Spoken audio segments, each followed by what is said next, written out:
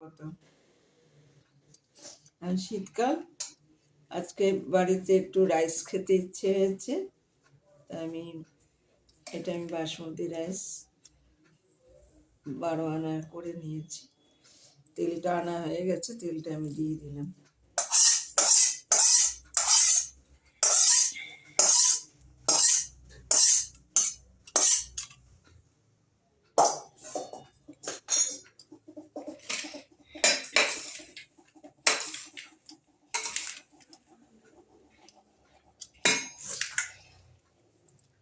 এখানে আমার গাজর ভাজা, বিন ভাজা, কাঁচা লঙ্কা ভাজা, এটা দিয়ে দিলাম। তৈরি করছি আজকে ফুলকপি রাইস। এই যে ফুলকপিটা আমি ভেজে নিয়েছি, লঙ্কাও ভেজে নিয়েছি।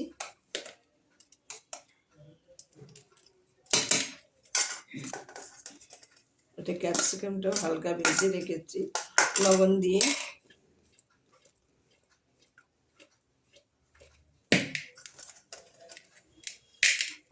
এটা আবার দিয়ে দিলাম ওপর দিয়ে।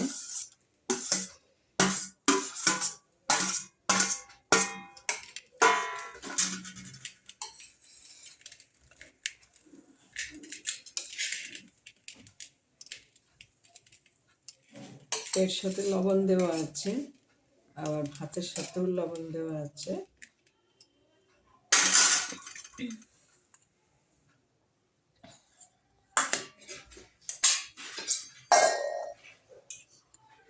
দিয়ে দিচ্ছি গোলমরিচ গুঁড়ো, দিচ্ছি আজিনামোটো,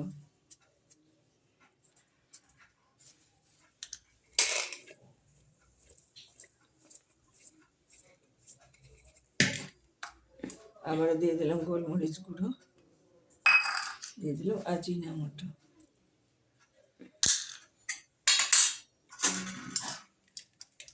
এর একটুখানি হালকা বসিয়ে রাখবো দমে, তাহলে একদম সব ঢুকে যাবে মশলা টশলা ভেতরে।